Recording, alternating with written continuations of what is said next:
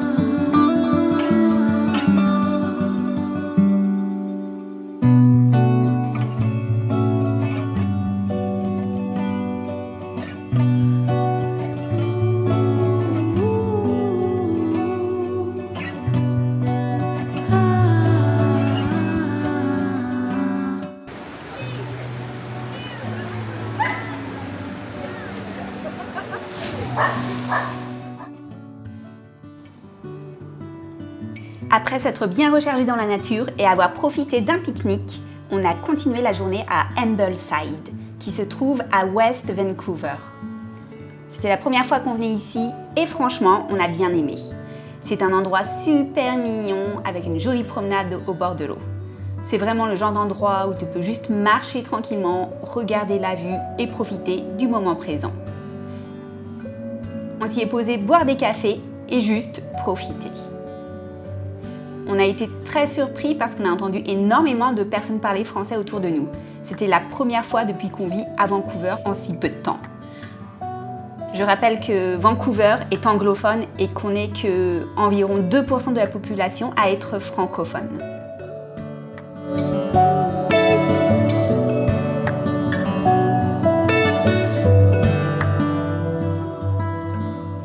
Alors les gars, après ces belles images de Vancouver et ses alentours, on se retrouve dans mon salon pour débriefer concernant la préparation de mon premier semi-marathon. Alors c'est maintenant dans 2 semaines et on est sur la dernière ligne droite. Comment vous dire que ces 3 derniers mois ont été vraiment intense. On va pas se le cacher, ça a été intense. J'ai vraiment suivi mon programme à la lettre. J'ai jamais raté une séance, même si j'avais pas envie. Des fois, il faut savoir mettre son cerveau en mode pause, y aller sans réfléchir, comme je vous l'ai déjà dit dans les dernières vidéos. Alors, je voulais vous faire un point concernant l'hydratation et le ravitaillement pendant une course. Donc, c'est ce que j'ai testé pendant toutes mes dernières longue sortie. Ce que je fais, c'est que je bois environ toutes les 20 minutes par petites gorgées. Puis, j'emmène avec moi des compotes de pommes sous forme de petites pouches, comme je vous ai déjà montré dans la dernière vidéo. Et franchement, ça marche super bien. Je mange ça tous les 7-8 km et franchement, ça passe trop bien. Si je pouvais en prendre même plus que 2 ou 3, je le ferais. Parce que franchement, on va être honnête, quand on court au-delà de... Allez, je dirais quand on arrive à 13 ou 15 km au-delà, mais les gars, je trouve ça tellement ennuyant. J'ai beau écouter soit de la musique, soit un podcast, avoir mon coach qui me parle à l'oreillette. Vraiment, je trouve que c'est un sport plat. Je vois l'intérêt pour un sport santé de courir jusqu'à 10, 12 km, mais au-delà, si tu prépares pas une course, je ne vois pas l'intérêt de courir plus. Alors moi, je suis vraiment une fille de cross-functional training. Tout ce qui est workout, type Hyrox, ça c'est vraiment mon truc parce que tu fais des mouvements fonctionnels, des mouvements variés et j'adore ça. Moi, je suis vraiment quelqu'un de ce type-là.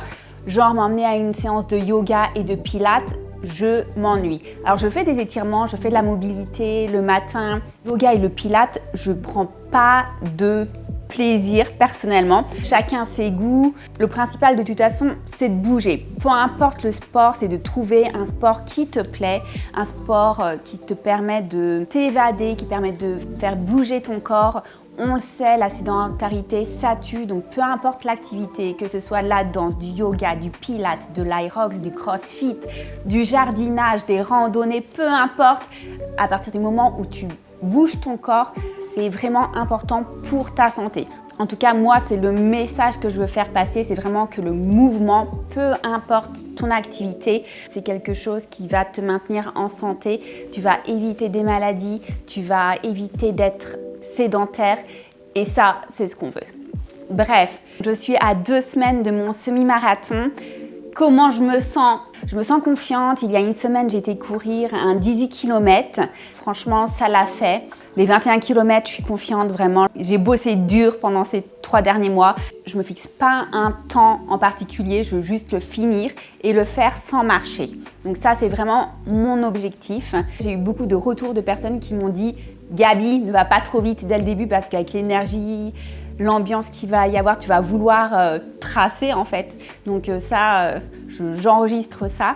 Donc ces 2 dernières semaines, je vais focus sur bien dormir, bien manger, bien m'hydrater, me reposer. Donc évidemment, pendant ces 2 dernières semaines, j'ai un petit programme tous les jours de courses, mais ça va pas être des longues sorties. Ça va être maximum 13 km, ça va être des 6, des 4 km, ça va être des petites courses pour continuer à courir jusqu'au jour J.